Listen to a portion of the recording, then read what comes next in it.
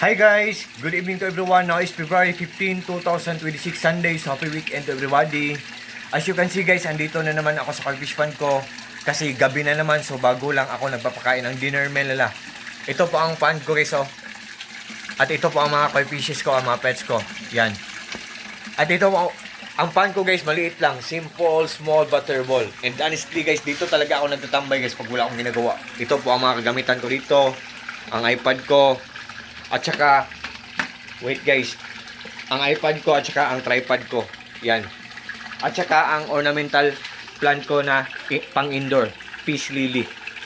Para siyang anthurium pero white siya. Peace lily. Yan. Guys, ang koi fish pan ko guys, maliit lang.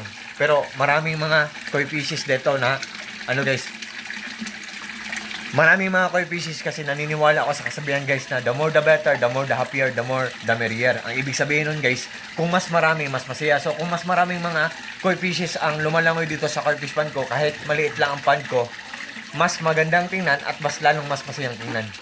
Am I right guys, di ba? Di ba may point naman ako guys? Ganyan guys. At ito po ang filtration system ko, pinaglass ko para magandang tingnan. Pinawilding ko para maghang, para mas lalong magandang tingnan. At guys, sa video kong to, ipiplex ko ang nagwa-waterfall sa pan ko. Yan ang tinatawag na submersible pump. Ang brand niyan ay Aquaspeed submersible pump. Nandyan sa link ko guys. Ang lakas-lakas niya guys, sa sobrang lakas niya, ang ingay-ingay niya, para siyang nature na waterfall sa bukid na pagbagsak ng tubig. Ang sarap-sarap pakinggan sa mga tinga natin. Para tayong nagme-meditate. Ganyan siya kalakas guys, at ganyan siya kaganda. At the same time guys, sa sobrang lakas niya, ang daming bubbles na na-produce niya o na-create niya. At ang dami ding mabibreathe in oxygen ng mga isda natin sa pond natin o sa aquarium natin. Ganyan kaganda ang Aquaspeed submersible pump guys.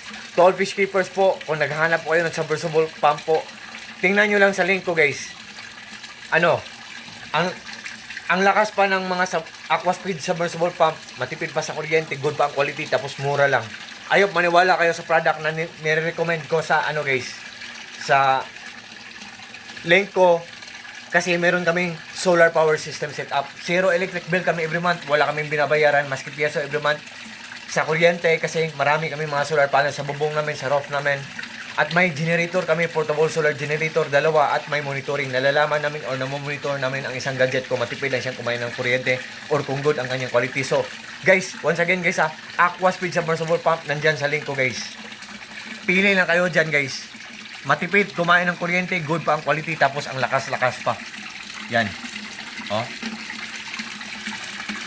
Yan. To all my friends guys, God bless sa ating lahat. Good evening.